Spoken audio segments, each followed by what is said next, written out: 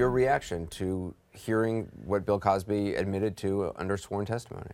Complete validation. Across the board, from all of us, complete validation. To you, it tells the story of what happened Absolutely, to lots of women. To me and many of us. Tell me a little bit about what happened to you. You met him in 1979. Well, I was a Playboy bunny in Great Gorge, and Bill Cosby was on the Playboy circuit, so he performed in all of the clubs. So I knew him for 5 years, even before this situation happened. I was in Chicago as the bunny director, bunny mother, they called it, and he was being interviewed by Maggie Daley, who was a famous columnist at the Trib at the time.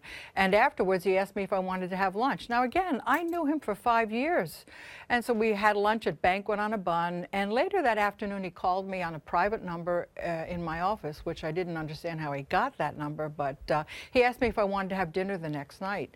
And I said, sure. So he called me that afternoon and said, well, meet me at the Whitehall Hotel. So I didn't think anything of it. He was in town he was doing a comedy show, he was doing interviews. So I met him at the Whitehall. I called from downstairs. He said, well, come up to this particular suite. When I went up to the room, there were 4 other men in the room, and they were playing cards and smoking cigars and watching sports. And Cosby asked me if I wanted to have a drink. And it was 7:30 in the evening. I wasn't much of a drinker. And I said, well, I'll have a little Grand Marnier. Now, that's an after-dinner drink, so you can tell what kind of a novice I was. And he sent a bellman out to get the bottle, brought the bottle back up, and he fixed the drink behind me. I took 2 sips, and that's the last thing I remember. Really? Until 2 sips. At 4 o'clock in the morning, I woke up in bed, naked, bruised and battered.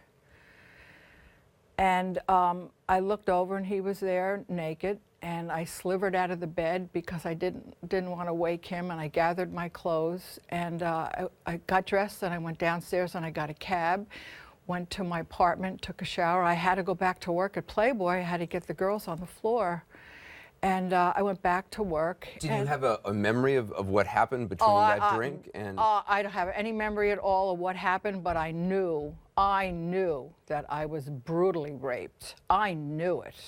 And after he raped me, I told my bosses at Playboy what he did to me. And Playboy said to me, well, you know Bill Cosby is Hefner's best friend, right? And I said, yes, I know that.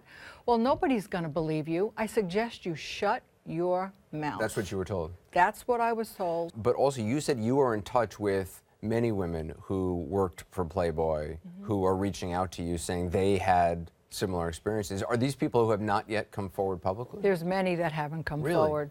We're up to 48 that have come forward, 48 women, and there's probably another 50 that are Jane Does. Really? You believe up to 50? I know. Really? I know. And my Facebook is lighting up. We have private Facebook pages just for Playboy bunnies only, and it's lighting up. He did me too. He's coming out. You know, it's happening. Why do you think somebody would drug? I mean, this was a guy who, at the time, was at the height of his fame. Probably not even at the height of his fame, but incredibly popular, incredibly well-liked. Could have probably met women. Do you think this was something he particularly liked to do? The drugging aspect? He's a sociopath. They have no remorse. He will definitely be known as the most prolific serial rapist in the United States of America. Oh. No doubt, Dr. Huxtable will be. And you believe more women will come forward? I know they will. Well, Patty, I appreciate you being on tonight. Thank you very much. My pleasure.